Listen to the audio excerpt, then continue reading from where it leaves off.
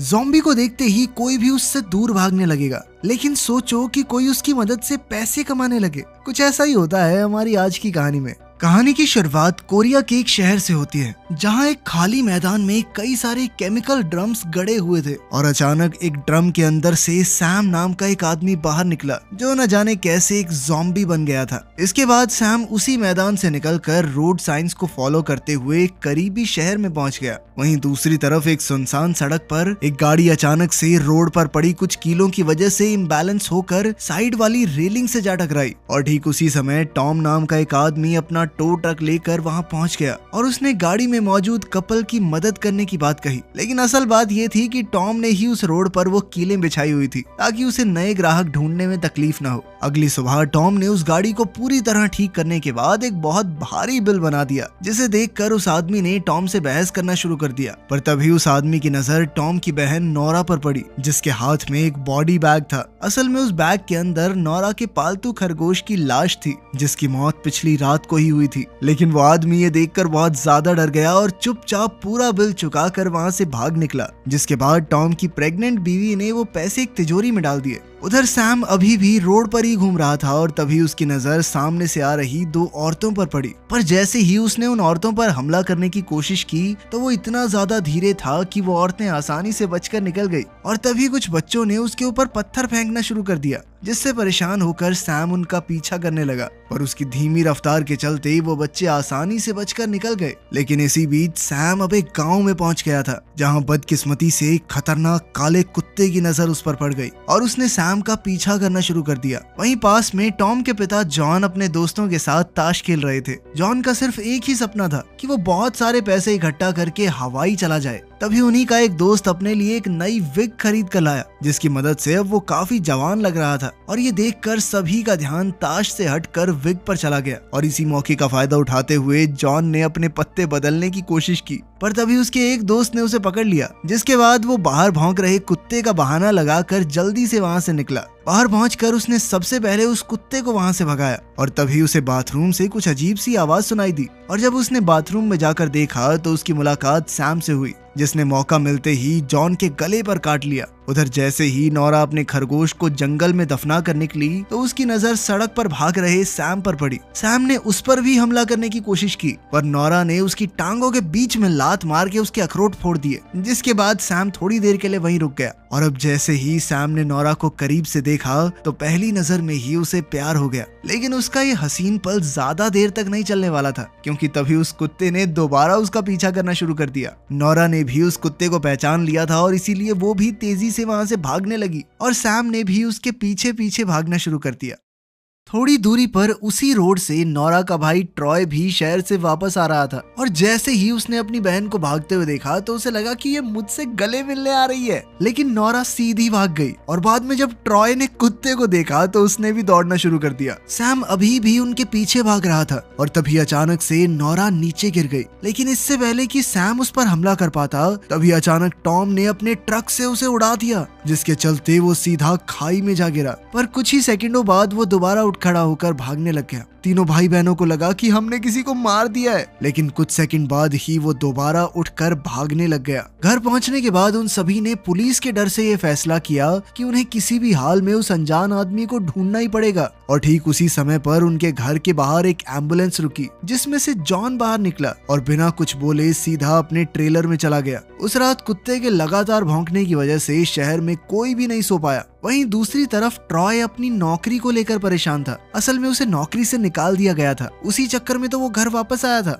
इधर नोरा एक गाड़ी में बैठकर अपनी मरी हुई माँ की तस्वीर देख रही थी कि तभी उसे गैराज से एक आवाज आई और जब वो उस आवाज का पीछा करते हुए वहां पहुंची तो उसकी नजर सैम पर पड़ी, जो उस वक्त खरगोश के हिस्से की पत्ता गोभी खा रहा था। और ठीक उसी समय पर जॉन भी वहां पहुंच गया और उसने सैम को देखते ही उस पर हमला कर दिया। इसी बीच नोरा परिवार के बाकी सदस्यों को उठाने के लिए भागी और कुछ मिनट बाद टॉम ने गैराज में पहुंचकर सैम को इतनी तेज लात मारी कि वो सीधा जाकर एक रॉड से टकरा गया और वो रॉड उसके शरीर में घुस गई। ये देखकर सभी को लगा कि शायद उन्होंने उसे मार दिया है, पर कुछ ही सेकंडों बाद सैम ने वापस उनकी तरफ बढ़ना शुरू कर दिया, जिसे देखकर उन्होंने सैम को वहीं गैराज में बंद कर दिया। सैम को करीब से देखने के बाद ट्रॉय समझ गया था कि वो एक ज़ॉम्बी है, और जब उसने अपने परिवार वालों को ज़ॉम्बीज की वीडियो दिखाई तो उन सबको डर था कि जॉन भी एक ज़ॉम्बी तो नहीं बन जाएगा। उस वीडियो को देखते ही उन्होंने जॉन को बेहोश करके एक वैन में बंद कर दिया। अगली सुबह से ट्रॉय ने ज़ॉम्बीज के बारे में रिसर्च करना शुरू कर दिया, जिसके बाद उसने सभी को बताया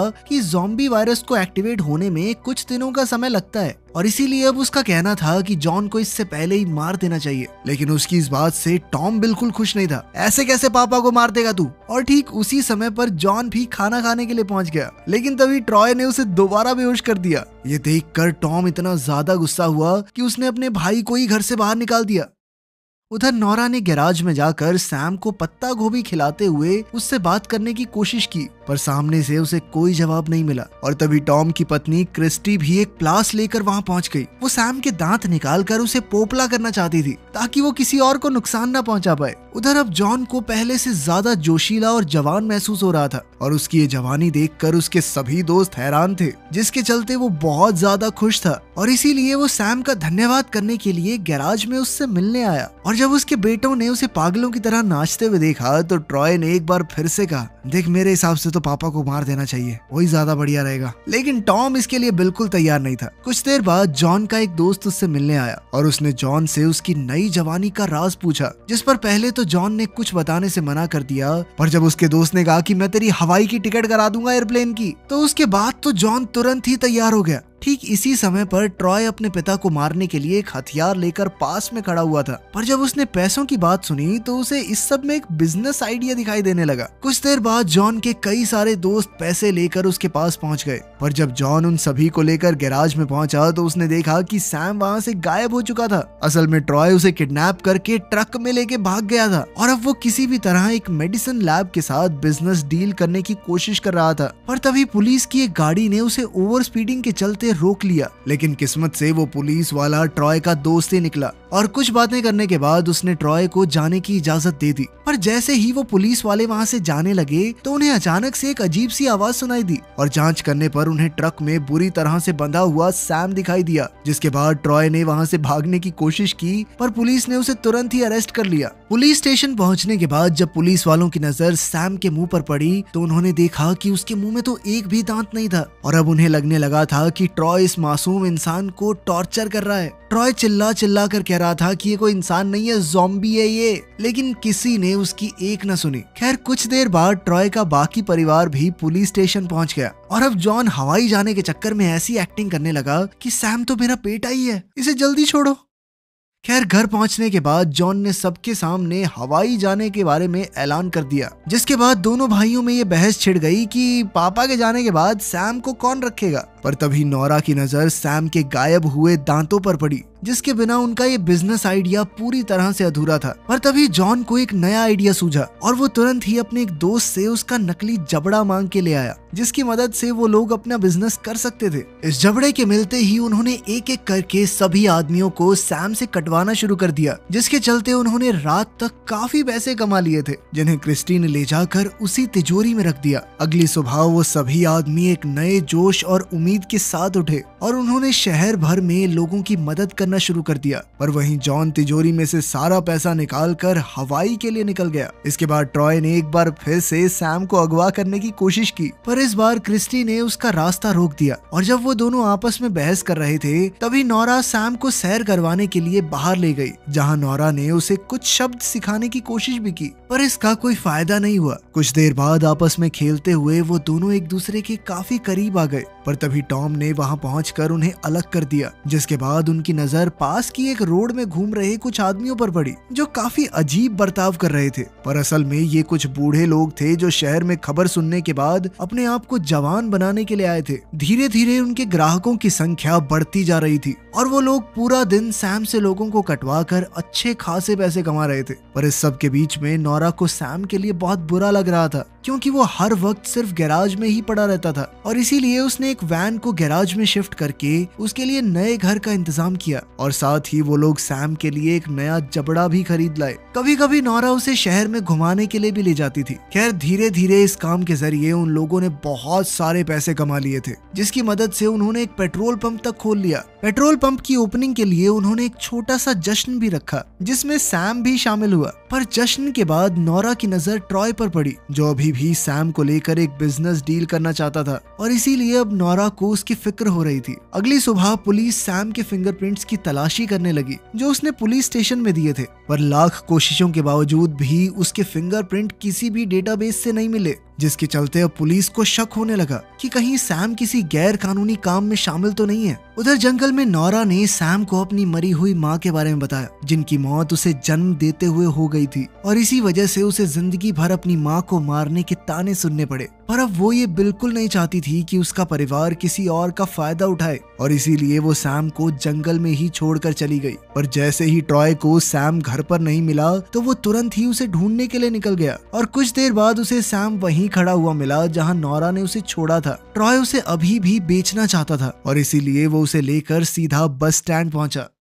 उधर जॉन के एक दोस्त की शादी हो रही थी और टॉम इस मौके का फायदा अपना पेट्रोल पंप प्रमोट करने के लिए उठाना चाहता था और इसीलिए उनका पूरा परिवार शादी में अपने पैम्फलेट्स बांट रहा था। लेकिन फिर कुछ ही देर बाद अचानक सभी लोग धीरे धीरे ज़ॉम्बीज में बदलने लग गए और उन्होंने एक दूसरे को ही काटना शुरू कर दिया। इधर पुलिस स्टेशन में शहर भर से अलग अलग घटनाओं के फोन आ रहे थे। उधर बस स्टैंड पर भी लोगों ने एक दूसरे पर हमला करना शुरू कर दिया, जिसे देखकर ट्रॉय तुरंत ही समझ गया कि उनके बिजनेस ने शहर के सामने एक बड़ी मुसीबत खड़ी कर दी है और अब एक साथ सभी लोगों के अंदर मौजूद ज़ॉम्बी वायरस एक्टिवेट हो रहा था, जिसके चलते ट्रॉय ने सोचा कि जल्दी से निकल लेते हैं यहाँ से। इस सब में उसने सैम को वहीं छोड़ दिया। धीरे धीरे पूरे शहर में ज़ॉम्बीज ने हमला करना शुरू कर दिया। उधर पेट्रोल पंप में भी एक ज़ॉम्बी ने नोरा पर हमला करने की कोशिश की, पर क्रिस्टी ने बीच में आकर उसे रोक दिया। ठीक उसी समय पर एक पुलिस वाला भी वहां पहुंच गया और उसने क्रिस्टी को अरेस्ट करने की कोशिश की, पर तभी जमीन पर पड़े उस ज़ॉम्बी ने पुलिस वाले पर ही हमला कर दिया।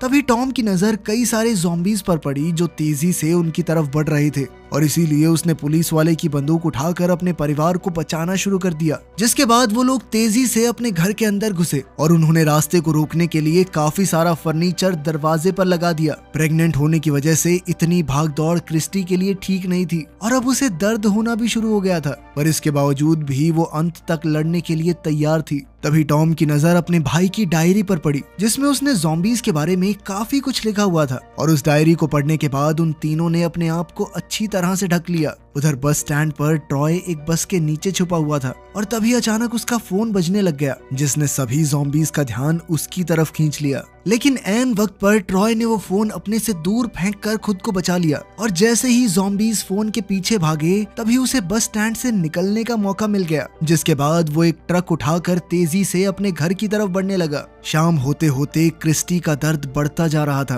पर वो फिर भी हार मानने को तैयार नहीं थी। लेकिन तभी अचानक उन्हें कुछ अजीब सी आवाज सुनाई दी। असल में ये आवाजें ज़ॉम्बीज की ही थी जो उनके घर में घुसने की कोशिश कर रहे थे। ये देखते ही वो तीनों तुरंत ही खिड़की से निकलकर गैराज की छत पर चले गए, जो एक लकड़ी के जरिए आपस में जुड़ा हुआ था। पर जैसे ही वो ज़ॉम्बीज उसे पार करने लगे तो वो नीचे गिर गए। ठीक उसी समय पर ट्रॉय भी वहां पहुंच गया और उसने ट्रक में से ही उनके ऊपर पटाखों से हमला करना शुरू कर दिया। टॉम ने उसे सावधान करने की कोशिश तो की, लेकिन तब तक बहुत देर हो चुकी थी और जल्द ही उस ट्रक की सीट ने आग पकड़ ली। ये देखते ही ट्रॉय वहां से निकलकर कोने में छुप गया और ट्रक में लगी आग ने ज़ॉम्बीज का ध्यान अपनी तरफ खींच लिया, जिसके बाद ट्रक में पड़े पटाखों की वजह से पूरा आसमान रंगीन हो गया और ये सब देखने में ज़ॉम्बीज को बहुत मजा आ रहा था। ठीक उसी समय पर नोरा ने उस डायरी में पढ़ा कि ज़ॉम्बीज को रंग और आग काफी ज्यादा पसंद होती हैं। तब तक शहर के बाकी ज़ॉम्बीज भी पेट्रोल पंप में जल रही लाइट्स को देखते हुए उनकी तरफ बढ़ रहे थे और इधर क्रिस्टी जल्द ही बच्चे को जन्म देने वाली थी, तो अब उसे जल्द से जल्द हॉस्पिटल पहुंचाना जरूरी था। इसीलिए टॉम और ट्रॉय ने सैम के कपड़े पहनकर बाहर जाने का फैसला किया ताकि वो भी एक ज़ॉम्बी ही लगे, और सैम के कपड़ों से आ रही महक ने अपना काम कर दिया और वो लोग बड़ी ही आसानी से टो ट्रक तक पहुंच गए और ट्रक में बैठते ही उन्होंने लाइट्स चालू की, जिसने ज़ॉम्बीज का ध्यान अपनी तरफ खींच लिया। और फिर जैसे ही लाइटें बंद हुई तो ज़ॉम्बीज पागलों की तरह बर्ताव करने लगे। तभी नोरा भी वहां एक कटर लेकर पहुंच गई और उसने एक ज़ॉम्बी का हाथ काट कर दूर फेंक दिया ताकि वो बाकी ज़ॉम्बीज का ध्यान भटका सके। पर जैसे ही ज़ॉम्बीज उस पर हमला करने के लिए आगे बढ़े तो सैम ने वहां पहुंचकर उसकी जान बचाई। ठीक उसी समय पर एक ज़ॉम्बी ने छत पर कुछ केबल्स को छेड़ दिया, जिसके चलते पेट्रोल पंप्स की सारी लाइट्स फ्लिकर करने लग गई और इस चीज ने सभी ज़ॉम्बीज का ध्यान भटका दिया। इधर उन दोनों भाइयों को ट्रक में बैठने के बाद एहसास हुआ कि उन्होंने चाबी कमरे में ही छोड़ दी थी और इसीलिए टॉम ने वापस जाकर चाबी लेने का फैसला किया। पर रास्ते में अचानक पंप की सारी लाइटें बंद हो गई, जिसके बाद अब सभी ज़ॉम्बीज का ध्यान उसके ऊपर था। पर ठीक उसी समय पर क्रिस्टी ने एक बच्चे को जन्म दिया, जिसके रोने की आवाज के चलते सभी ज़ॉम्बीज उसकी तरफ बढ़ने लगे। टॉम किसी भी हाल में अपने बच्चे को बचाना चाहता था और इसके लिए टो ट्रक की चाबी लाना बहुत ज्यादा जरूरी था। टॉम बिना कुछ सोचे चाबी लेने के लिए स्टोर में घुस गया, जहां उसका सामना कई सारे ज़ॉम्बीज से हुआ। उधर अब ज़ॉम्बीज वैन के अंदर मौजूद बच्चे तक पहुंचना चाहते थे,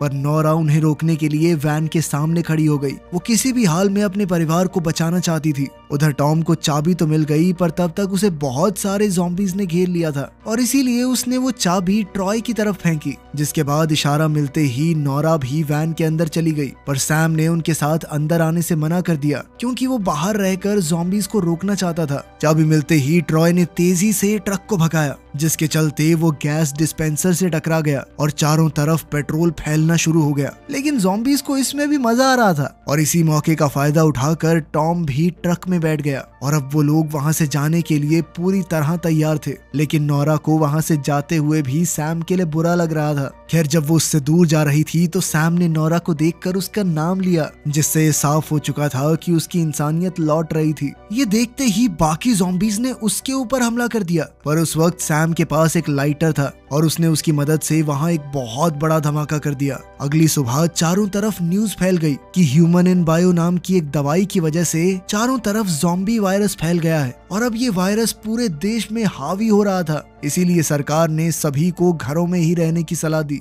इधर ट्रक में बैठे बैठे अब टॉम भी एक ज़ॉम्बी में बदलने लग गया था और इसीलिए उन्होंने ट्रक को रोककर आगे का प्लान बनाना शुरू कर दिया। ठीक उसी समय पर जॉन भी हवाई की ट्रिप से वापस आ गया और वो सैम के काटने के बावजूद भी बिल्कुल ठीक था, जिसका साफ मतलब था कि उसके खून से वायरस का एंटीडोट बनाया जा सकता है। 6 महीने बाद अब वो पूरा परिवार पूरे देश में घूम घूम कर फ्री में एंटीडोट बांट रहा था और इस सब में सैम भी उनके साथ था, जो इस एंटीडोट से पूरी तरह बिल्कुल सही हो चुका था। वीडियो पसंद आई तो लाइक कर देना, चैनल को सब्सक्राइब कर लेना। मिलते हैं अगली वीडियो में।